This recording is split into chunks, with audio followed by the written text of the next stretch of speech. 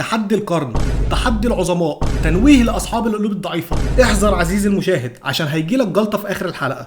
الاسطوره برايثويت ضد الحكومه كريم بنزيما، مين فيهم الافضل؟ بريثويت لعب في 6 أندية، بدأ في إسبرج الدنماركي وانتقل لتولوس الفرنسي، ثم ميدلسبرا في التشامبيونشيب، وبدأ رحلته في أسبانيا بانتقاله لنادي ليجانيس المدريدي، وأسطورته الحقيقية ظهرت في نادي برشلونة، وحاليا بيلعب في نادي اسبانيول في الدرجة الثانية.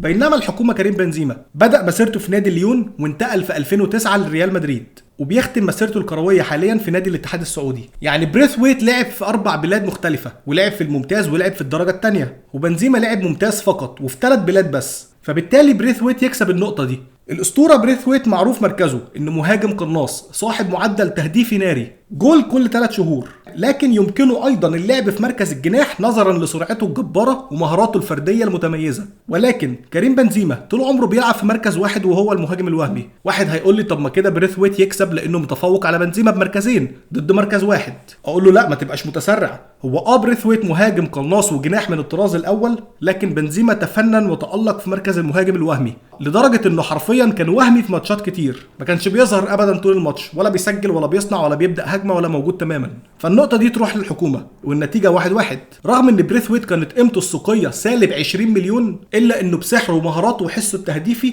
اقنع اداره برشلونه الاسطوريه ان كسر عقده يكون 300 مليون. وده ان دل يدل على شيء، يدل على انهم خافوا عليه اكتر من خوفهم على نيمار اللي قيمه كسر عقده كانت 222 مليون. قالوا لك احنا مش مستعدين نخسر اهم مهاجم في الالفيه لاي منافس. لكن الحكومه يتفوق في النقطه دي لان كسر عقده كان مليار يورو. انت متخيل في خيالك المريض ان صاحب نادي ريال مدريد قيمه كسر عقده تكون اقل من مليار؟ يا جدع بقول لك ده كان ممكن يبيع بيريز نفسه في صفقه تبادليه مع طاهر محمد طاهر لو بيريز قل ادبه معاه، وتصبح النتيجه 2-1 لصالح الحكومه. بنزيما جنسيته فرنسي، بريثويت جنسيته دنماركي.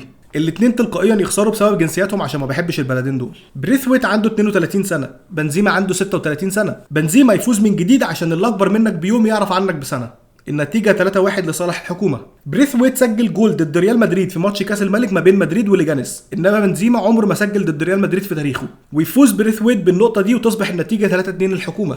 بنزيما انتقل لنادي الاتحاد السعودي لإنهاء مسيرته هناك لأنه لاعب منتهي. بريثويت رغم انتهاء مسيرته من قبل ما تبدأ إلا إنه لسه بيلعب في أوروبا، مش بس بيلعب في أوروبا، ده بيلعب في تاني أحسن دوري في أسبانيا. نقطة هنا لبريثويت والنتيجة تصبح 3-3. بريثويت عنده 527 صورة على الانستجرام، بنزيما عنده 24 صورة بس. تفوق كاسح لبريثويت وتروح له النقطة وتصبح النتيجة 4-3. للأسف بنزيما معاه بالون دور رغم انها غير مستحقة ومسروقة ومنهوبة من الأسطورة بريثويت، وبرغم ان بريثويت لا يحتاج لجوائز فردية ليثبت انه الأفضل، إلا ان القانون قانون، وتروح نقطة لبنزيما وينتهي التحدي بالتعادل 4-4. أنا عن نفسي مش شايف اني هقدر أحسم التحدي ده، فهسيب لكم نقطة الحسم في الكومنتات وقولوا لي مين يستحق الفوز وليه. لايك وسبسكرايب واشوفكم التحدي الجاي. سلام.